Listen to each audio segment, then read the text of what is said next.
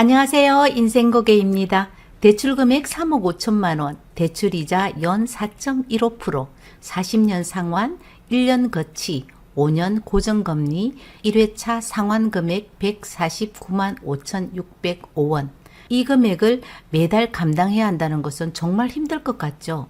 내 이웃이 지금부터 40년 동안 감당하면서 살아야 하는 금액입니다.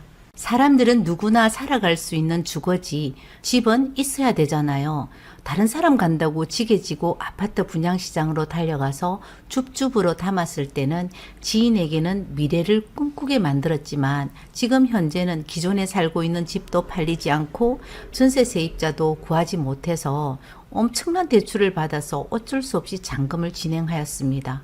고달픈 삶을 살 수 있는 기회를 자기 스스로 만들었기 때문에 책임 역시 본인이 감당해야 하는 부분이죠. 집값이 올라갈 때는 내 집 마련의 꿈이 멀어지는 것 같아 불안감에 대출을 끌어다 매입한 집값이 곤두박질하면 대출이나 대출이자로 살 길이 깜깜하기만 할 것입니다. 얼마 전까지 50년 상환 가능한 대출 상품이 있었거든요. 지금은 40년 상환 가능한 장기 대출 상품이 있습니다.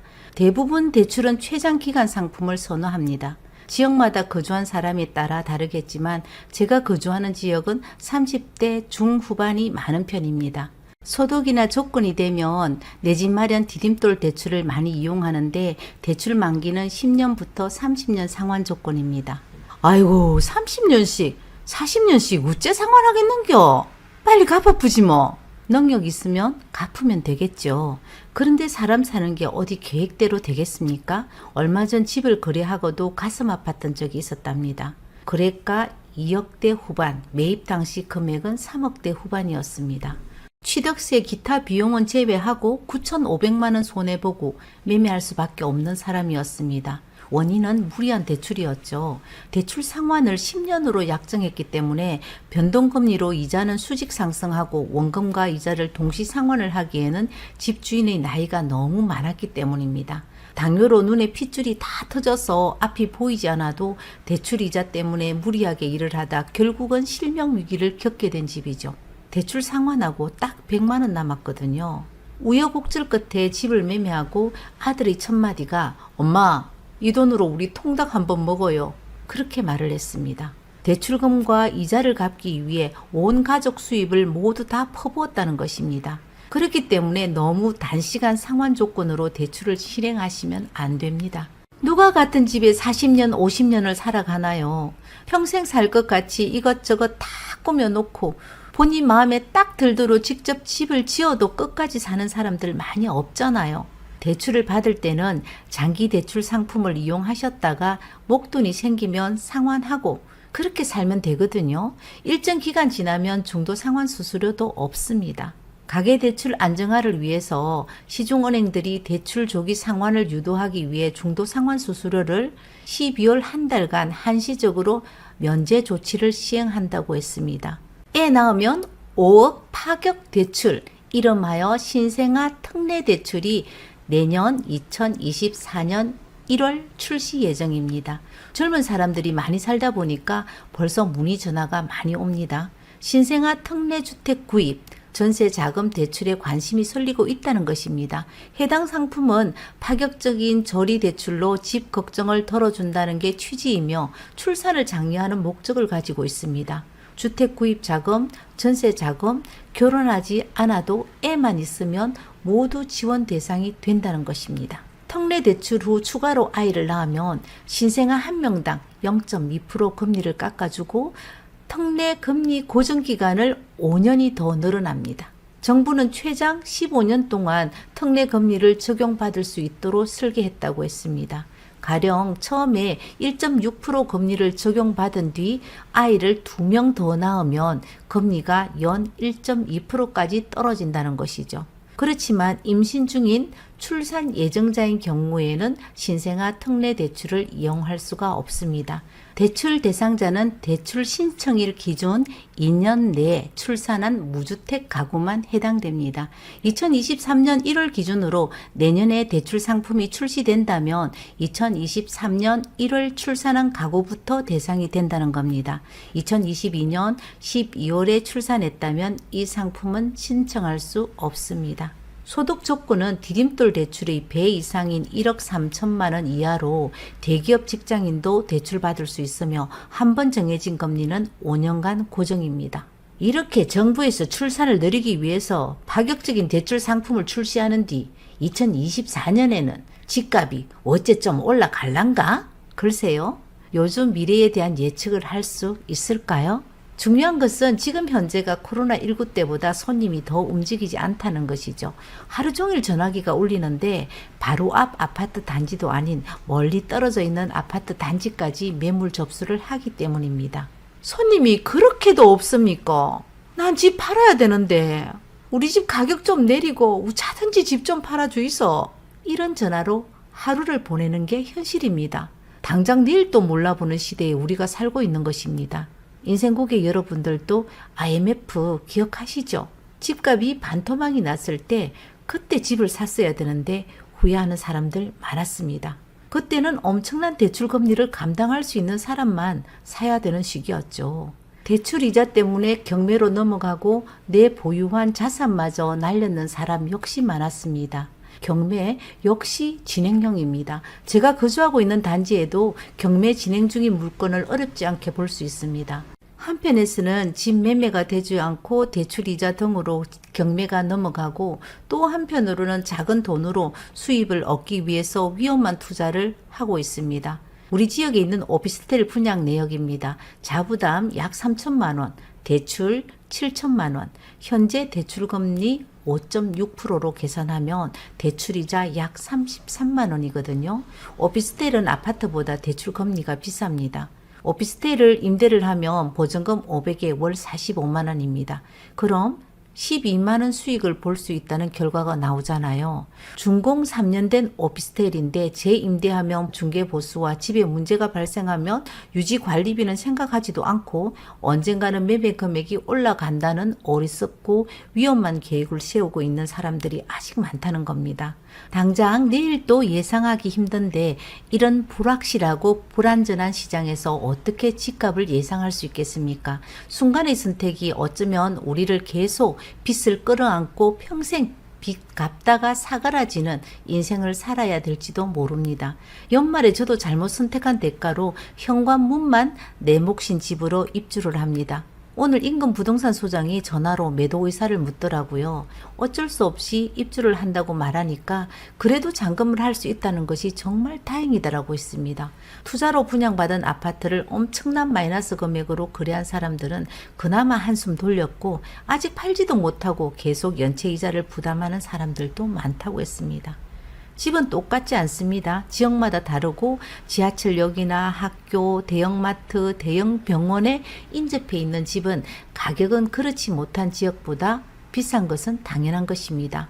저것은 아파트 가격이 올랐는데 우리는 집값이 자꾸 내려간다고 말하는 사람들은 집 구입할 때 저렴한 가격으로 마련해 두면 여기도 같이 올라갈 것이다 라는 막연한 기대감으로 매입하지는 않았을까요? 아니면 정말 난 여기가 공기도 좋고 너무 살기 좋아서 선택한 지역은 아니었을까요? 월급은 오르지 않고 물가는 오르고 내 자산 1위인 집값은 내리는데 대출이자는 계속 오르니까 우리 모두가 불안한 것입니다. 집값이 상승했을 때도 바람 따라 상승을 했었고 집값이 하락할 때도 어차피 심리이기 때문에 바람 따라 훅 떨어질 수밖에 없습니다. 우리나라 자산 비중 70%, 80%는 부동산이 차지를 합니다. 일반적인 평범한 사람들은 평생 동안 부동산을 평균 2회 정도 구입을 하는데 첫 번째 구입할 때는 20평대 소형 아파트를 구입했다가 40대, 50대가 되면 큰 평수로 갈아타는 사람들이 많습니다. 다시 부족한 주택 구입 자금을 대출을 이용해서 마련한다면 우리는 은퇴를 하고도 대출을 갚아야 하는 위험한 상황이 발생을 하는 겁니다. 우리나라 가계 부채율이 높은 이유는 내 집 마련과 자녀 교육이라고 했었거든요. 대부분 대출을 이용해서 내 집 마련을 하지만 대출 변제 능력 여부가 매우 중요하기 때문에 계획을 잘 세워야 할 것입니다. 월급이나 수익의 상승이 꾸준히 될 수 있으면 아무 문제가 없겠지만 나이가 든다는 것은 모든 것을 약화시키는 힘을 가지고 있다는 것을 우리도 알고 있잖아요. 인생고객 여러분, 100%내 돈으로 내 집 마련하는 사람은 제 경험상 10%도 안 되더라고요. 어차피 대출을 활용해서 주택을 구입 예정이시면 미래의 나의 수입을 고려해서 입지가 좋은 곳으로 마련하시길 바랍니다. 이제 부동산 투자로 시세 차익 본다는 것은 현실적으로 어렵지 않겠어요? 부동산 가격이 오르는 지역도 있지만 내리는 지역도 분명 있습니다. 집을 사면 무조건 가격이 상승할 것이라는 기대는 버리셔야 합니다. 또 꼭 내 집이 있어야 한다는 주거 안정에 대한 우리나라 사회 인식도 바뀌어야 된다고 전 생각을 합니다.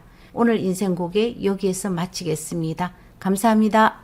안녕하세요. 인생고개입니다. 자식들이 왜 부모하고 연을 끊을까 하는 이유를 오늘 한번 알아보겠습니다. 난 왜 태어났을까요? 난 왜 또 살아야 될까요?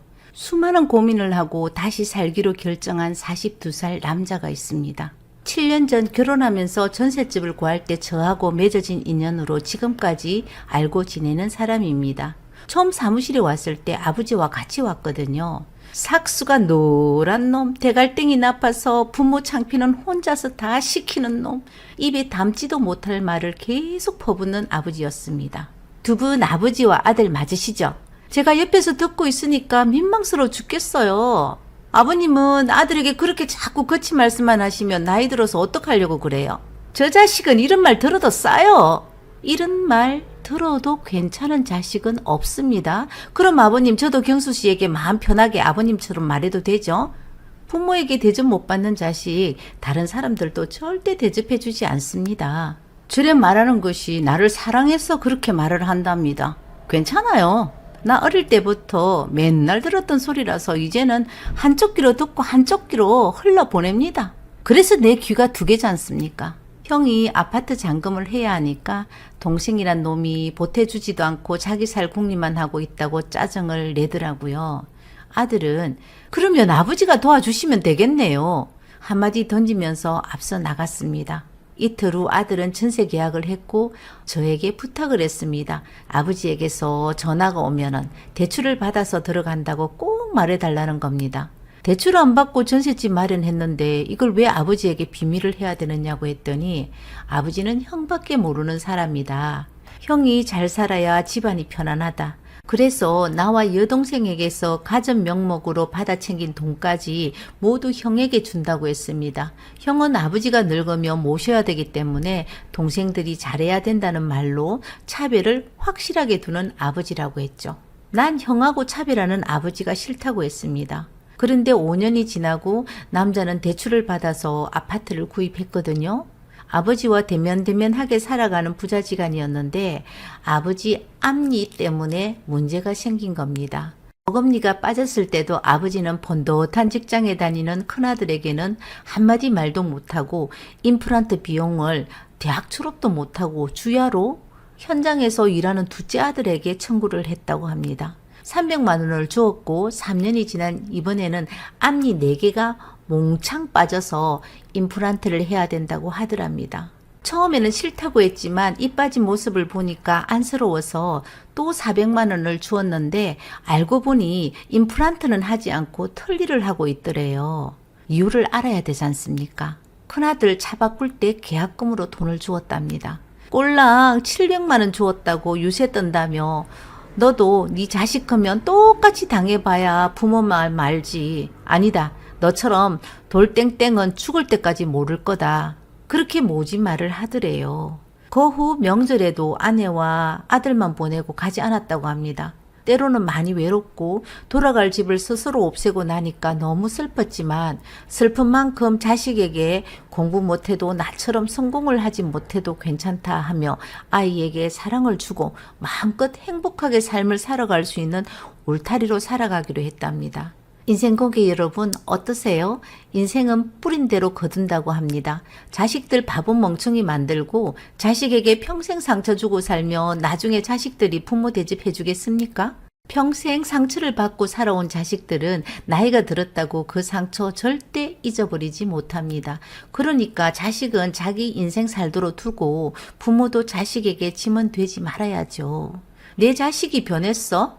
어릴 때는 참 착했는데 이런 생각으로 소식 없는 자식을 원망하며 기다리는 부모들은 자식이 왜 부모와 연을 끊는지 그 이유를 꼭 알아야 합니다. 이거 아세요?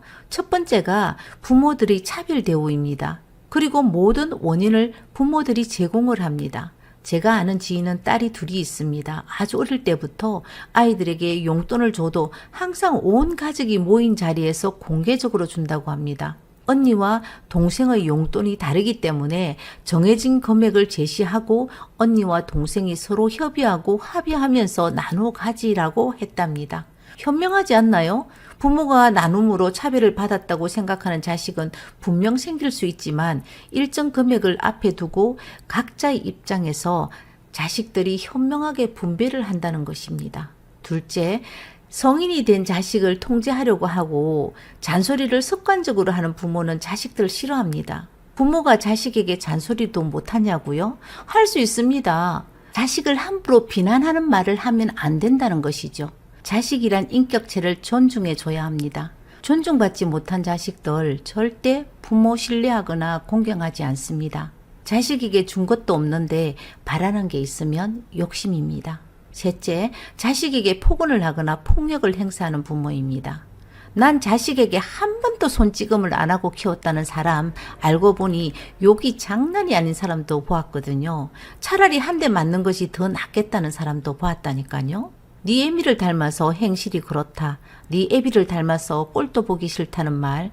그리고 수많은 악담으로 자식에게 상처를 주면서 효도를 바라면 안 됩니다.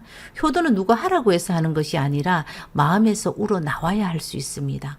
넷째, 부모 자식 사이에도 갑질이 있다는 겁니다. 난 부모니까 너에게는 이렇게 해도 된다. 난 너를 키웠으니까 내 소유물이며 내가 하라면 해야 된다는 생각으로 대화가 안 되는 부모는 자식들 정말 싫어합니다. 다섯째, 권위 내세우면서 대접받으려고 하는 부모 부담스러워 자식들 도망갑니다.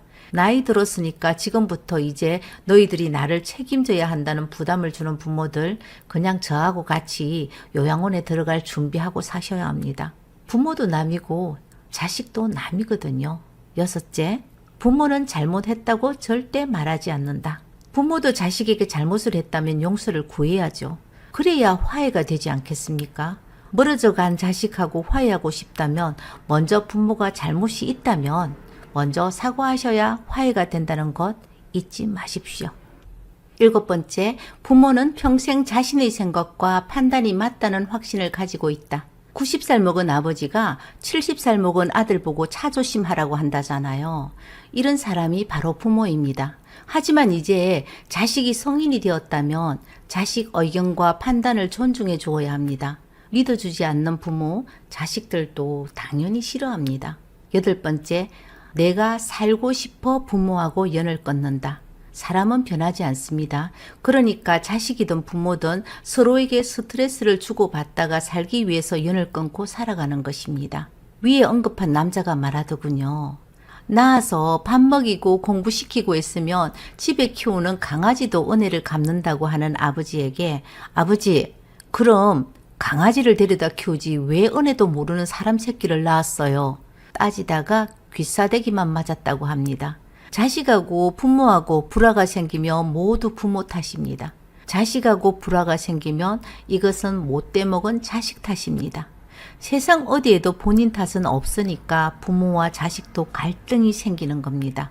갈등은 하루 이틀 만에 생기지 않고 조금씩 쌓이는 겁니다. 오랜 시간 동안 쌓인 문제들은 노력해서 풀리는 문제도 있겠지만 아무리 노력해도 풀리지 않을 때는 포기를 하고 연을 끊는 방법을 선택하는 겁니다. 부모는 자식을 효도받기 위해 낳은 것도 자식은 부모에게 효도하기 위해 태어난 것이 아니다. 부모도 자식도 서로 똑같이 존중하라는 말입니다.